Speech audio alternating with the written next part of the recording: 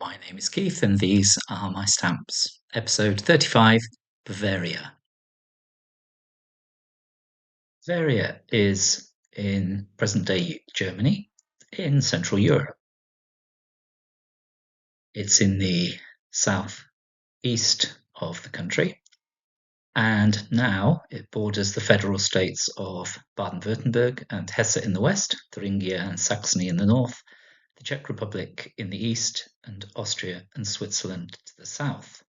It's got many lakes, lots of rivers, and mountains, and the Black Forest, and the Black Forest Plateau. At the time we're talking about, however, it was independent, and there were two parts to it, and you can see on this map the larger B was Bavaria, the smaller B was the Rhenish Palatinate, also part of Bavaria. And at the time we're talking about, it had lots more neighbours, or at least names of neighbours. Number one on the map is the Kingdom of Austria, Cisleitania, as I'm sure you'll remember from the Austro-Hungarian episode. Number two on the map, Switzerland. 3, the Kingdom of Württemberg and the Grand Duchy of Baden. Number 4, the Kingdom of Prussia, the Principality of Liechtenberg, not Liechtenstein, and the Landgraviate of Hessen-Homburg. Number 5 on the map, the Grand Duchy of Hesse-Darmstadt and the Electorate of Hesse-Kassel. Number 6, the Grand Duchy of Saxe-Weimar-Eisenach, the Duchy of Saxe-Meiningen, the Duchy of Saxe-Coburg and Gotha, which you may know is the previous name of the UK Royal House. Also, the Principality of Reuss-Gera. And number 7, the Kingdom of Saxony. The area, 1910, was 75,865 square kilometres, 29,292 square miles, which is similar to South Carolina or the Czech Republic. And the population in 1910 was around 6.5 million. The capital, Munich, which I've circled in yellow there, and the language, German. The name Bavaria appears to come from the Germanic version of the Celtic tribe of the Boii, with the Germanic suffix varios, meaning from that place or of that people. So that came together to mean Boivaros, which became Bayern in German and Bavaria in English. And I'm sure many of you have heard of Bayern Munich, meaning Bavaria Munich. There is a controversial view that the name also links to Bohemia. The history of Bavaria, after the Celts and the Romans were in the area, the Duchy of Bavaria was created in the 6th century with Garibald I, the first Duke of Bavaria to be mentioned by name, in around 550. It became East Francia, controlling areas of present-day Austria, Slovenia and Italy, as well as much of present-day Germany. Under the Holy Roman Empire, Bavaria reverted to the duchy title with a similar land area to modern time, gaining elector status in 1623. It then became a kingdom in 1806, ruled by the House of Wittelsbach, one of whom, Sophia of Hanover, was the founder of the UK royal family line. At the time, it was second in size, power, and wealth to Prussia. 1814, the Treaty of Paris led to a land swap with the Austrian Empire, and that formed the modern borders of Bavaria.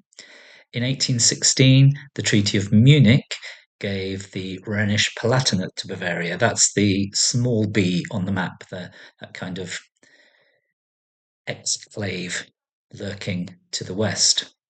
In 1825, Ludwig I became King of Bavaria, and it was a period of flourishing arts and industrialization. And incidentally, his second son was elected as King of Greece in 1832. His grandson, Ludwig II, became king in 1864, just in time for the Austro-Prussian War, which Prussia won. And after that war, the northern German confederation was formed, and Bavaria became a big ally. In 1870, the Franco-Prussian War happened, which also involved Bavaria, resulting in Ludwig proposing the Prussian king, Wilhelm, as the new emperor of the German Empire, although Bavaria did retain a certain amount of independence. Despite this, there was a lot of antagonism between Bavaria and Prussia for decades. After proposing Wilhelm, Ludwig kind of took a step back from the political side of his rule. He became much more focused and interested in construction. Perhaps the most famous of his constructions being Neuschwanstein Castle, that fairy tale kind of epic castle. The government at the time was not happy about this, particularly about the debts that were being racked up, and they formed a medical commission who declared Ludwig insane in 1886, and his uncle, Luitpold, was appointed as regent. The day after this happened, Ludwig and his psychiatrist were both found drowned in very mysterious circumstances. That should have led Otto, Ludwig's brother, to become the next king.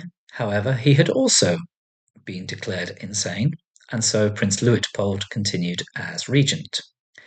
Luitpold died in 1912, and his son, another Ludwig, took over as the regent. But later that year, he deposed Otto entirely and ended the regency and declared himself to be the king, and was then King Ludwig III.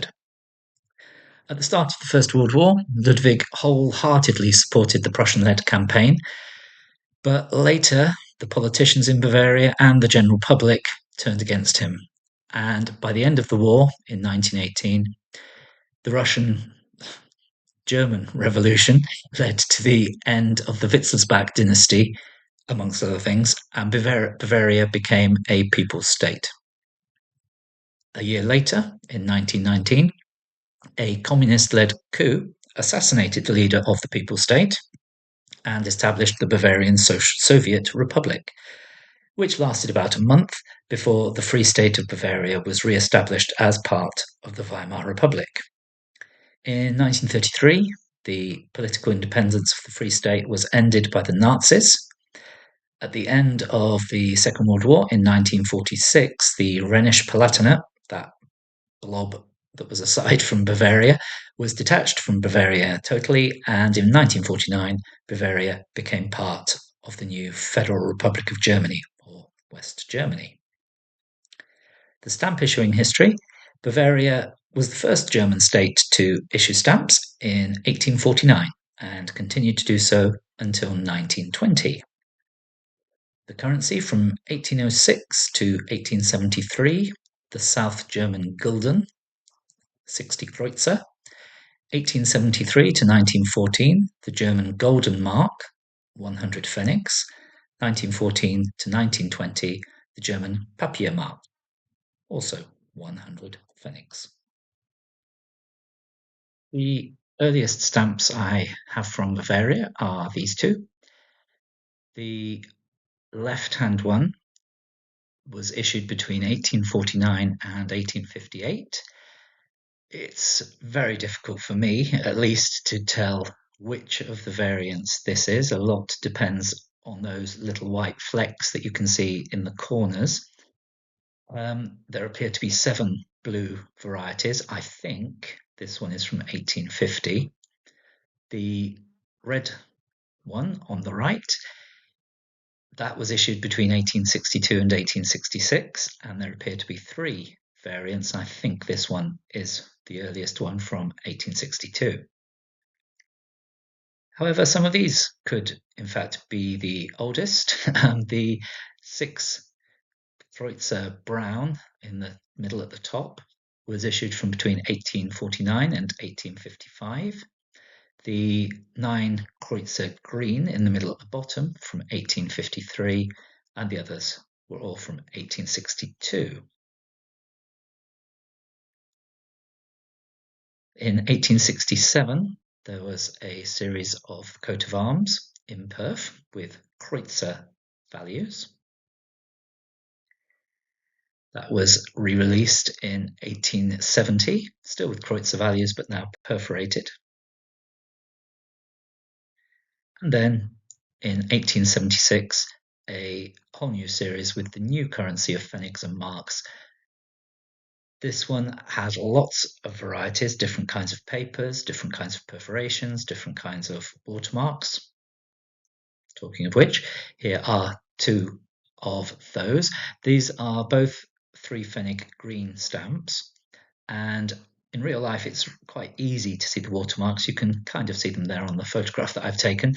I've gone over the watermark there in red at the bottom, and you can see the two different. So the left-hand one is from 1881, the right-hand one from 1888. There are also plenty of perfins from Bavaria. Here are a few that I have. Of the actual perfins, by which I mean not the one in the bottom right corner, which I'll talk about in a moment.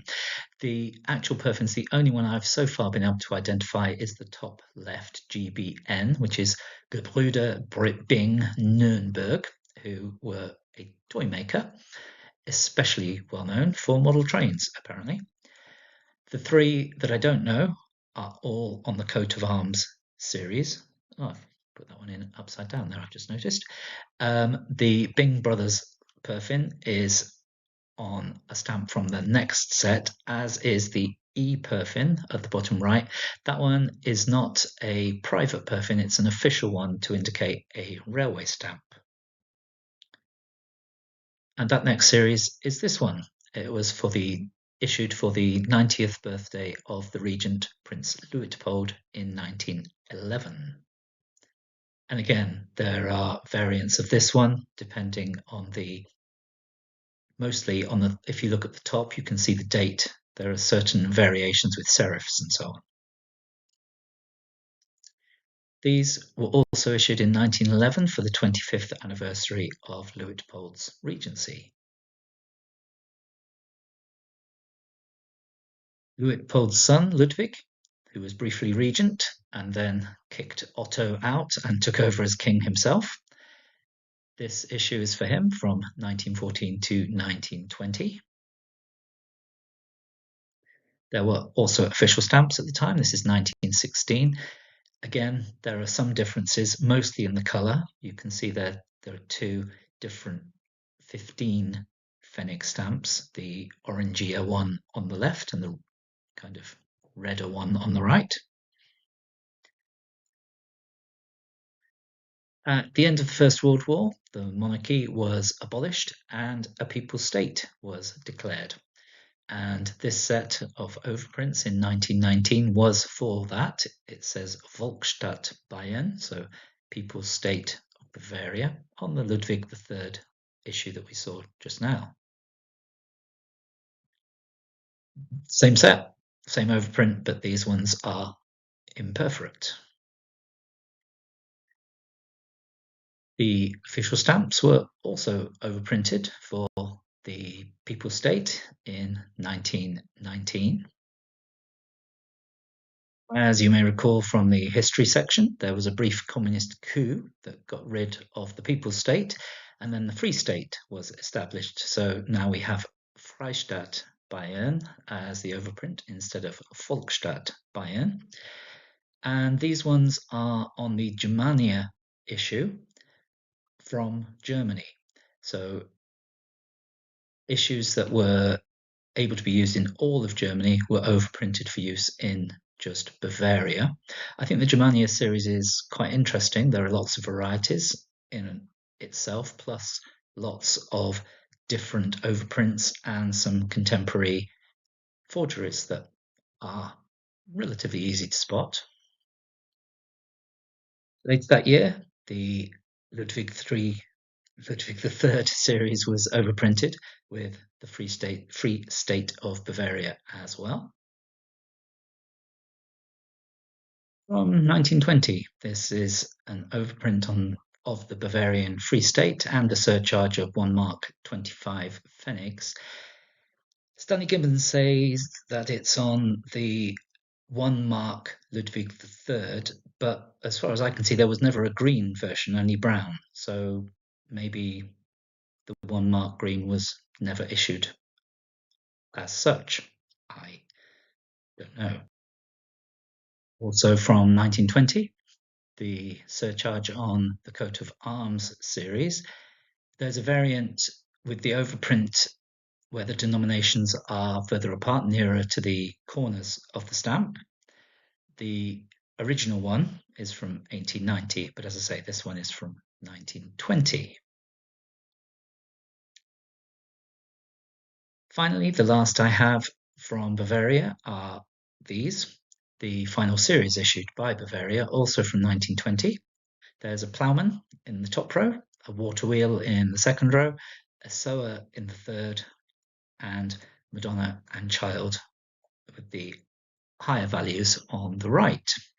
This series is known as the Farewell series, but before I say farewell myself, Bavarian stamps were overprinted for use in all of Germany from 1920, although weirdly, as far as I can tell, this 80 pfennig Bavarian stamp wasn't issued without the overprint for all of Germany. That's as far as I can see. Anyhow, these are my stamps from Bavaria. My name is Keith. Goodbye.